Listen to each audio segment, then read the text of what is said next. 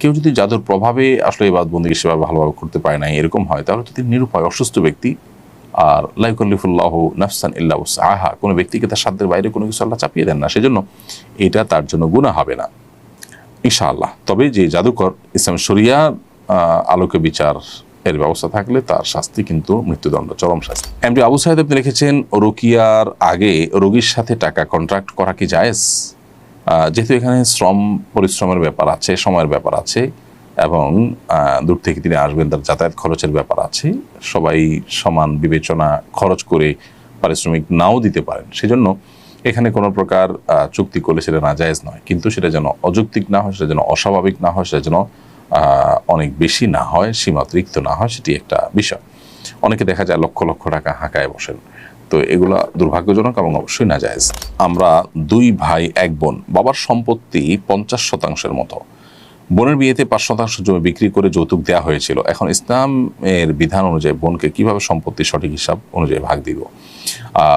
যৌতুক দুর্ভাগ্যজনকভাবে যদি দিতে হয় বোনকে বিয়ে দিতে গিয়ে, বা অন্য আরও কোনো খরচ থেকে থাকে, সেটা আপনি জমি বিক্রি করে দিলে সেটা বোনের যা প্রাপ্য অধিকার রয়েছে বাবার সম্পদে, সেটা থেকে ওইটাকে কাটতে পারবেন না। কারণ এই বিয়ে দেওয়ার যে খরচ, এটা বহন করা অভিভাবক হিসাবে আপনার কর্তব্য, সেটা আপনি করেছেন, অতএব এটা কাটতে পারবেন না তার থেকে, প্রাপ্য অধিকার থেকে।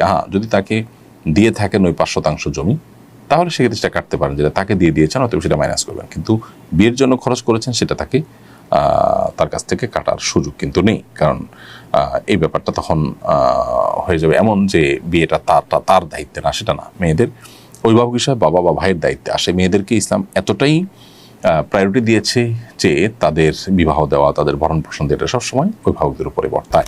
মোহাম্মদ সাজিদ আপনি লিখেছেন, আমার বাবা মাজারে বিশ্বাসী, তিনি মাজারে সিজদা দিয়েছিলেন, তাকে আমরা কিভাবে দিনের পথে নিয়ে আসব?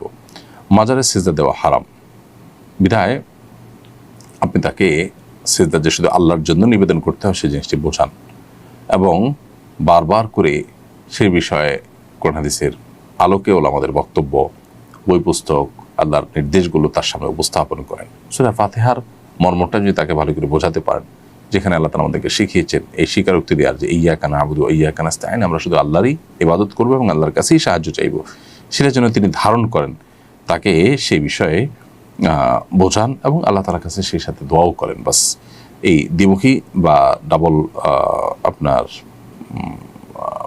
প্রচেষ্টা যদি আপনি অব্যাহত রাখেন, আশা করা যায় ইনশাআল্লাহ তাআলা তাকে হেদায়েত দিবেন, যদি তার নসিবে থাকে। আমার মা জিনের আসরে আক্রান্ত হয়ে মারা গিয়েছিলেন বলে পরিবারের ধারণা। পরে দাদু নানু বলেছিলেন ওই জিন নাকি আমাকে বড় হলে আক্রান্ত করতে পারে, তাই তাবিজ পরিয়েছিলেন, যা আমি পরে খুলে ফেলি।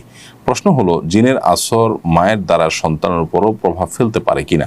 কোনো কোনো ক্ষেত্রে হয়, পারিবারিকভাবে এটা কোনো কোনো ক্ষেত্রে হয়, একেবারে উড়িয়ে দেওয়ার সুযোগ নেই। তবে আপনি সকাল সন্তান আমল সহ রক্ষা কবচ যে সমস্ত আমলগুলো কোরআন এবং সুন্নাহ বর্ণিত হচ্ছে, সেগুলোকে আপনি বিশেষ গুরুত্বের সাথে করবেন, ইনশাআল্লাহ আশা করা যায় আল্লাহ তাআলা আপনাকে হেফাজত করবেন। আমরা অনেক বেশি ভয় পেয়ে যখন আপনার দুর্বল হয়ে যায়, মানসিক শক্তি হারিয়ে ফেলি, তখন শয়তান আরও ঝেঁকে বসে।